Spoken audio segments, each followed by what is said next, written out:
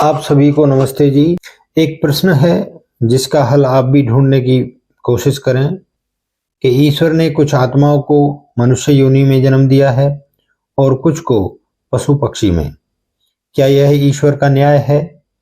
क्या यह व्यवस्था बिल्कुल ठीक है या यह मनुष्य के साथ में अन्याय है, जीवों के साथ में अन्याय है?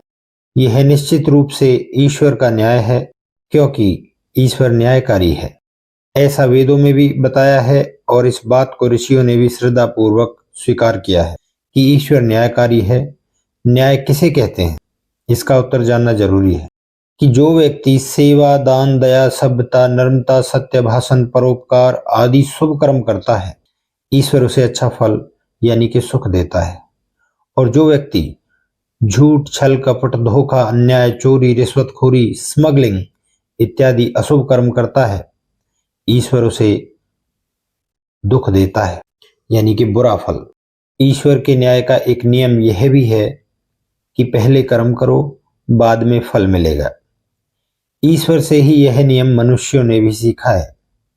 वे भी ऐसा ही करते हैं। जैसे विद्यार्थी स्कूल में पहले परीक्षा देते हैं, बाद में अध्यापक उन्हें अंक देते हैं। जैसे अच्छे अंक प्राप्त किए हुए विद्यार्थी को देखकर आप अनुमान लगा सकते हैं कि इसने खूब परिश्रम किया है, तभी इसको इतने अच्छे अंक प्राप्त हुए हैं। इसी प्रकार से किसी व्यक्ति को यदि मनुष्य जन्म मिला है तो उसे देखकर भी आप अनुमान कर सकते हैं कि इसने पूर्व जन्म में बहुत ही अच्छे कर्म किए हैं, इसलिए ईश्वर ने इसे मनुष्य का जन्म दिया है। और अन्य पशु पक्षी, सांप, बिच्छू, कीड़े मकोड़े, अन्य जो जीव हैं, मगरमच्छ, भालू, शेर, भेड़िया, समुद्री जीव जंतु आदि को देखकर भी आप यह अनुमान लगा सकते हैं कि इन आत्माओं ने पूर्व जन्म में अवश्य ही कुछ पाप कर्म किए हैं, इसलिए ईश्वर ने इनको ऐसी योनि में एक दंड दिया है।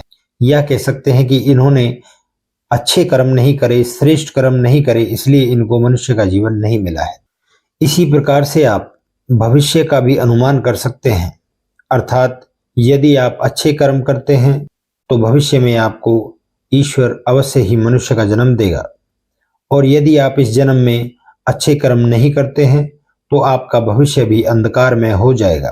अर्थात यदि आप आज बुरे कर्म करेंगे तो भविष्य में भी ईश्वर आपको कोई अन्य जीव बनाएगा, जैसे कोई सांप, कोई पशु पक्षी, बिच्छू, यानी कि इन अन्य योनियों में आपको जन्म देगा, जिसका आपको दंड भोगना पड़ेगा। यानी कि वह जीवन एक भयानक जीवन होता है। इसलिए दंड और दुख से बचने के लिए तथा उत्तम मनुष्य योनि को प्राप्त करने के लिए आज ही आप परोपकार आदि शुभ कर्म करें, जिससे आपका भविष्य अच्छा बने। यदि आप ऐसा करेंगे तो इससे आपका भविष्य अच्छा बनेगा। इस जन्म में भी आप अच्छे रहेंगे तो अगले जन्म में भी आप अच्छे रहेंगे, सुख में आपको जीवन मिलेगा। तो साथियों, ईश्वर से चिपके रहिए, ईश्वर को हमेशा याद रखिए, अच्छे कर्म करिए, बुरे कर्मों से दूर रहिए। नमस्ते जी।